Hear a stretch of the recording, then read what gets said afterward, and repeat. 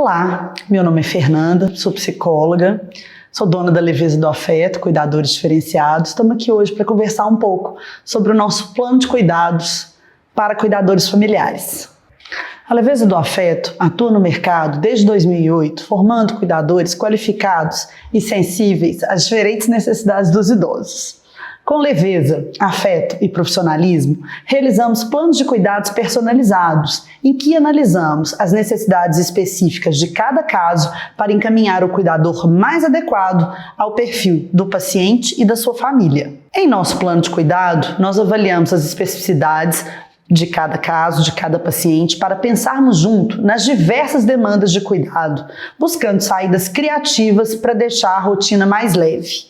Antes de contratar um cuidador, você precisa ter em mente qual que é o perfil desse profissional, qual que é a melhor escala de trabalho, quantos cuidadores você vai precisar ali, qual é a melhor escala de trabalho, qual é o escopo de atividade, uma proposta de remuneração e o esquema de contratação, que pode ser CLT, via registro MEI ou na escala de plantões eventuais. Então, tudo isso a gente te ajuda a se organizar. A gente entende a sua necessidade e tenta adequar a sua necessidade à realidade do mercado de cuidadores.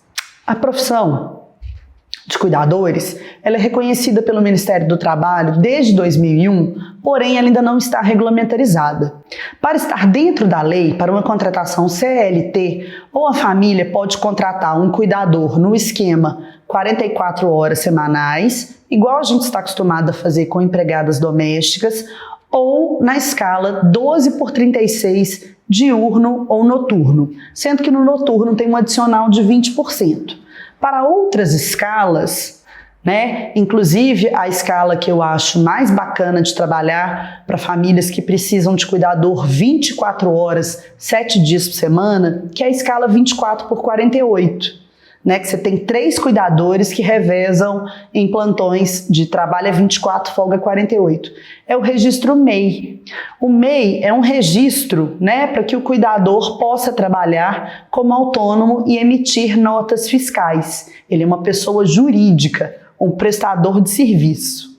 Sobre a seleção de cuidadores. Logo depois que nós definimos juntos o perfil do profissional, a escala de trabalho, o escopo de atividades, a remuneração, a contratação, nós faremos uma pré-seleção com alguns dos nossos cuidadores. É importante dizer que todos os cuidadores são formados pela gente, que a gente conhece. Muitos deles eu consigo te dar até referência de outras famílias que já os contrataram, E aí nós fazemos uma pré-seleção e mandamos para a família fazer as entrevistas. Uma dica marota, como a gente manda alguns candidatos, geralmente eu mando 2 candidatos para cada vaga.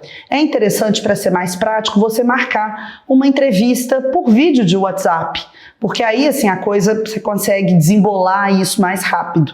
E quem você gostar, você vai marcar uma entrevista, uma entrevista não, uma experiência. A gente tem até aí um roteirinho básico para entrevista, que é nome, idade, bairro, você é casada, possui filhos, possui experiência prévia como cuidadoras, que tipo de idoso que você cuidou, como foi a sua experiência no último emprego, por que você saiu, aceita fazer serviço doméstico e sabe cozinhar. Então, você tendo esse roteirinho básico aí, batendo um papo e vendo se o santo bate, no minuto você vai achar o seu cuidador ideal. Dica de ouro: nunca, jamais, em tempo algum, peça indicações para suas cuidadoras atuais. E não permita que cuidadoras da mesma família trabalhem juntos na mesma casa. Isso sempre dá muita confusão.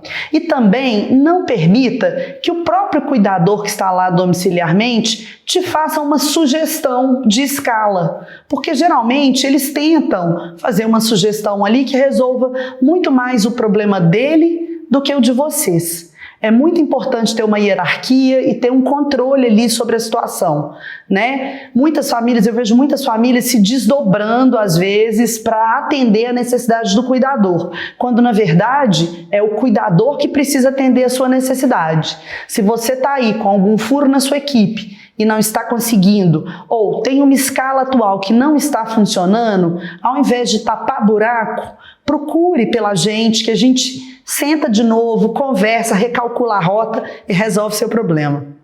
Nosso conceito de cuidado.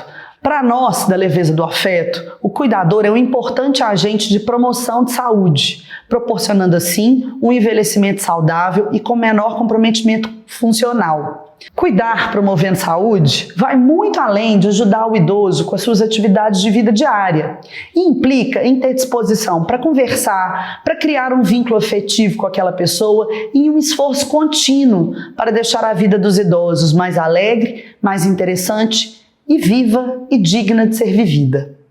Por isso, é tão importante humanizar o cuidado.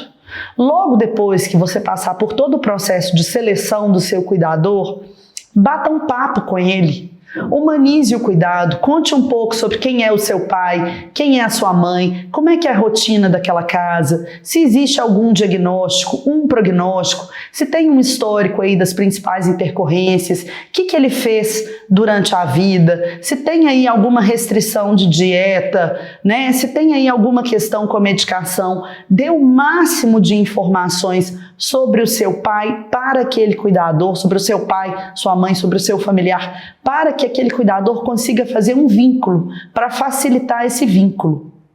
Bom, sobre a sexualidade do idoso, é muito comum que o cuidador seja visto como objeto idealizado, tanto em termos afetivos como sexuais.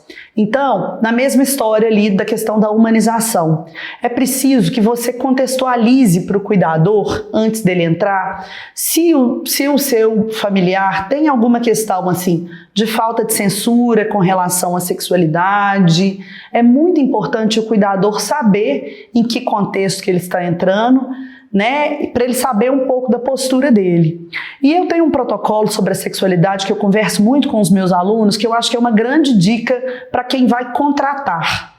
O cuidador, assim, é muito comum que ele seja ali idealizado.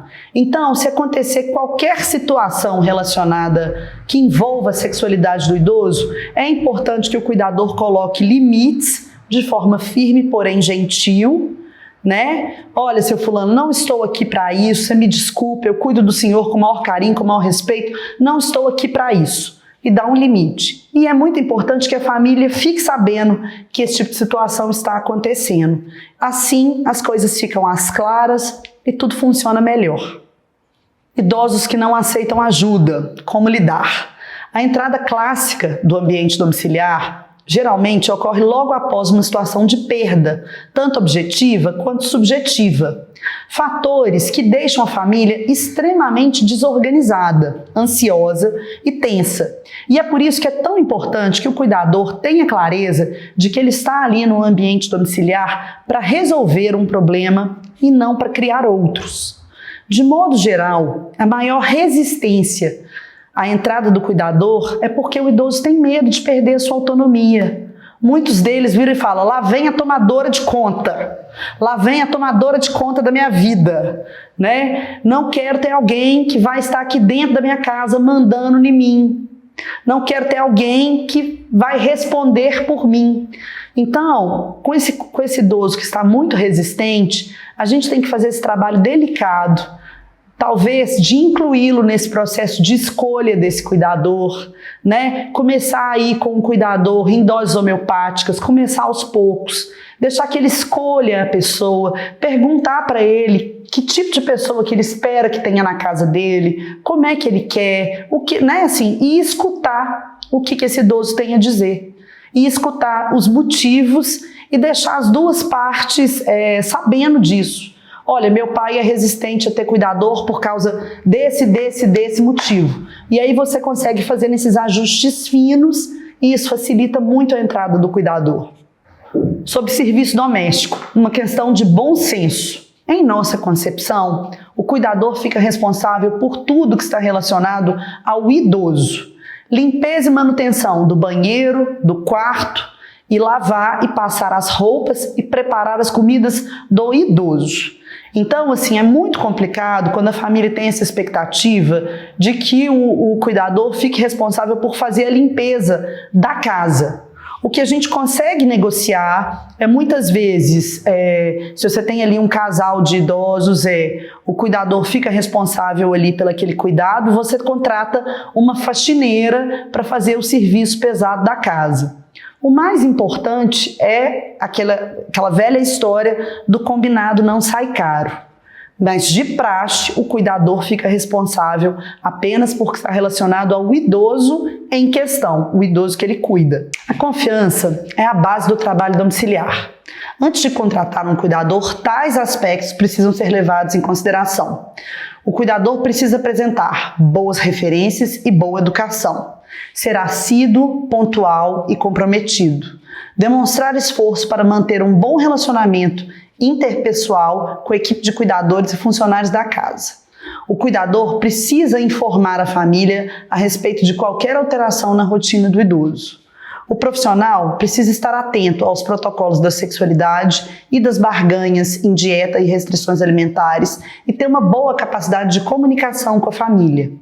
O cuidador jamais deverá pedir aumento ou adiantamento para o idoso. Todas as questões financeiras precisam ser tratadas diretamente com os filhos. E por fim, nós sabemos o tanto que é cansativo e estressante a vida do cuidador familiar. Nós sabemos que tem essa sobrecarga de atividades, que você tem que fazer a gestão da vida dos seus pais e conciliar com a gestão da sua própria vida, conciliar a gestão dos cuidadores, né? Então eu deixo aqui um convite para vocês não perderem de vista o seu autocuidado. Lembra da metáfora do avião? Se coloque em primeiro lugar, depois coloque a máscara em quem vem atrás. Apesar de não existirem receitas, tem algumas estratégias de enfrentamento. Concentre-se em promover experiências gratificantes, pessoais, não abra mão dos seus momentos de lazer e também em companhia do idoso. Avalie o tipo de suporte financeiro que você tem ao seu redor para você poder se organizar. Obtenha orientações sobre a doença, se for o caso, até para poder antecipar-se e tomar providências antes que a situação se cronifique. E lembre-se, o caminho do cuidado pode ser de pedras ou de flores. Você é quem define qual caminho escolher. E nós estamos aqui, né, para acompanhar, para segurar na sua mão e para pensarmos juntos em tudo que vocês precisarem.